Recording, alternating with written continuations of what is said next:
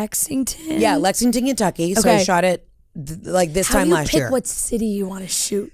Honestly, it's a feeling thing. That sounds cheesy, but it's an energy thing. Because I'm on the road. I've basically performed everywhere. And when I went into Lexington, I remember the whole day was stressful because I almost missed my flight and all this shit. And I got in there and they were the nicest people. Shout out to the Lexington Opera House. The nicest people. And it was just like a feeling thing. So then when I was scouting, and this is so cheesy, but I swear to God it's real.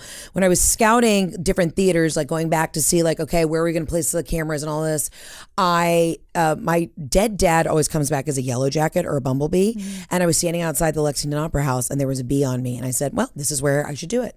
And it's weird. That's and I know. A nice, but I was going to say that's a nice sentiment to make him something that people normally are like, yeah. You know? Oh, I know. It's funny when we're out and about and people are like, oh my God, there's bees everywhere. I'm like, it's my dead dad. Right. Everyone don't kill it. Because don't run. Normally people are like, oh, a butterfly. And like, oh my God, we love butterflies. It's beautiful. Like that's so-and-so. Yeah. Or like, you pick something, a bee is. Yeah, a bee is usually terrifying. And a lot of people are allergic. And I'm like, my dad was a heavy guy, so he comes in hot.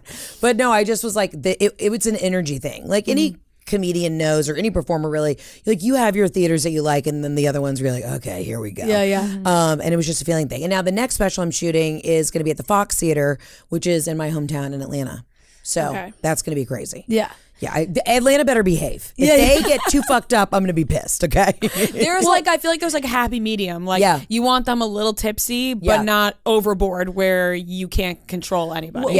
What do you think especially the ladies out there love them, but there are shows, like even when we do our podcast show live, we're like, girl, it's a Wednesday night. You are blackout. There was blackout. There was, and it's partially like I want to. I don't hate it. Yeah, I want to take a little bit of blame for it, just because like at the meet and greets, I'm like, get drunk, like laugh at whatever that's we on say. you. Whatever. I'm like seriously. I'm like, it doesn't matter if it's not funny. Like I better see you slapping your knee. And then so you bully them. I basically they come to the show and I bully them to have a good time. But last week we did one in Philly, and Philly's already insane. They're in the great. best way. And like they just have they're rowdy. Yeah. And in the front row, this girl got on the floor. She was in a dress. She was on the floor, legs in the air. I saw her Pussy full out. coochie.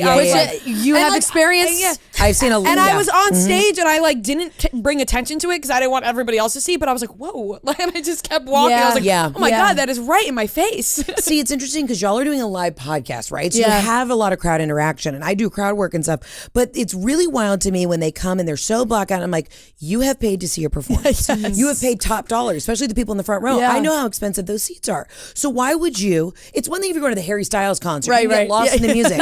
I'm telling you jokes that you want to remember. Right. And like, why would you come to a theater, sit on the front row, and then shit yourself because you're so fucked up?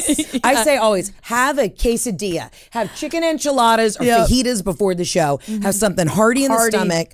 And I'm like, I know what it costs to go out and do shit. I just wouldn't want to not remember it.